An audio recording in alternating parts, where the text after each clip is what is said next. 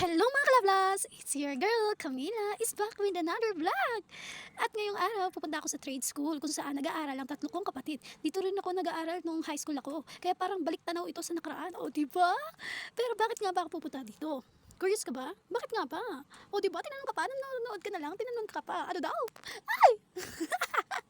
Bakit nga ba? Sabi niyo? Okay, ito, comment down below kung alam mo. O diba, tinanong pa kita sa vlog na ito.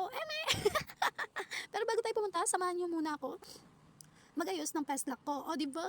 Fact na fact. Palagi ko na lang kayo sinasali sa kartahan ko sa buhay. So, ayun na nga mga kalablos, mag-makeup na tayo ng mabilisan dahil dapat 10:30 AM andun na tayo. O, di ba?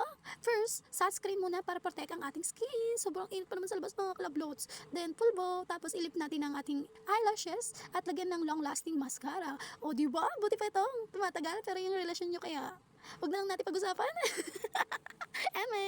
So, ayun na nga mga kalablas.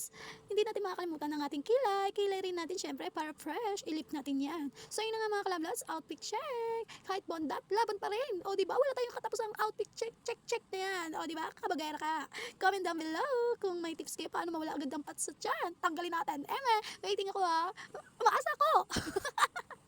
So, ayun na nga mga kalablas, aalis na kami ni Tupe, sakay ng tricycle, at syempre, traffic! Pero sanay na tayo dyan kasi kahit saan may traffic, sinanay mo kasi, sanay na!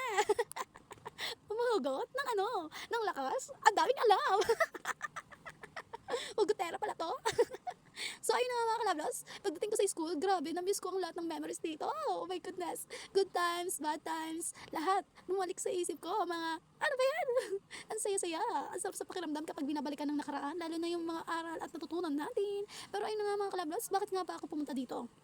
Eto na te, sasabihin ko na mga kalablas, simple lang, napatawag ako ng teacher na kapatid ko, o diba, loko-loko kasi, ewan ko ba, bakit kapag ganitong edad, tumitigas ang ulo? Naalala ko tuloy sarili ko noon. Nakala ko kaya ko na lahat, pero hindi pa pala. Kaya, lesson learned, be humble and learn more. So, kahit na grade 10 ka na, wala ka pa sa kalingkingan ng mga ninana.